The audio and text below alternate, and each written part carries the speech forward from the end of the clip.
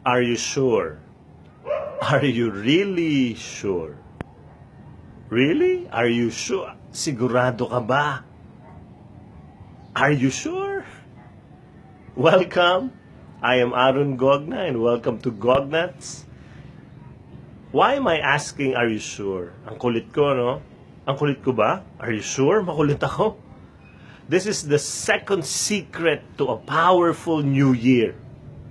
You need to decide what you want. Ano ba talaga ang gusto mo? Are you sure? Ito ba talaga ang gusto mo? I would like you to decide on the things that you would like to happen to you next year. Write them down. Ano yung gusto mo mangyari sa'yo? But what you want, your preference, not what other people want. Gusto mo bang pumayat? Are you sure gusto mo? Baka naman gusto lang ng boyfriend mo. Are you sure? Decide on what you want. Decide on what you want to happen in the different areas of your life, in your career, or in your at work, in your business. What do you want to happen next year? Decide on your health. What do you want to happen to your health? Do you want to be fit? But decide on it and make sure to have a target. Ito yung gusto kong target na yan. What else? Decide on your spiritual life as well, your relationship with God. Decide also on your finances. Magkano gusto mong magkaroon? Milyonaryo ka ba? Bilyonaryo? But you need to decide. Like the dogs barking behind me down there. They have decided they want to bark. But you need to decide. You have to be sure. You have also to decide if you really want this to happen to your life. Your relationships. Gusto mo ba na okay ang relationships mo? But you need to decide. Believe me, it should be your preference.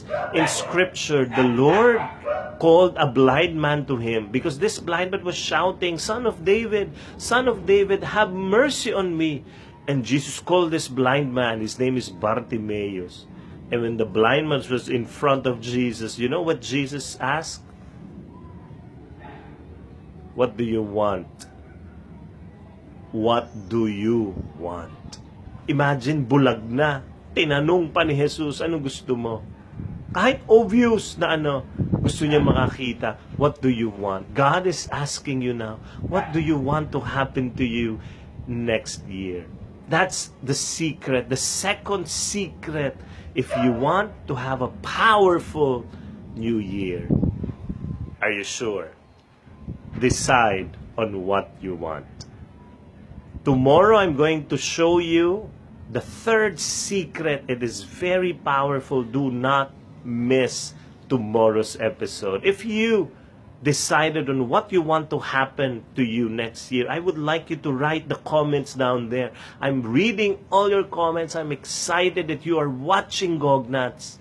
Like me, I made a decision that next year, I want Gognats to be watched by thousands of people.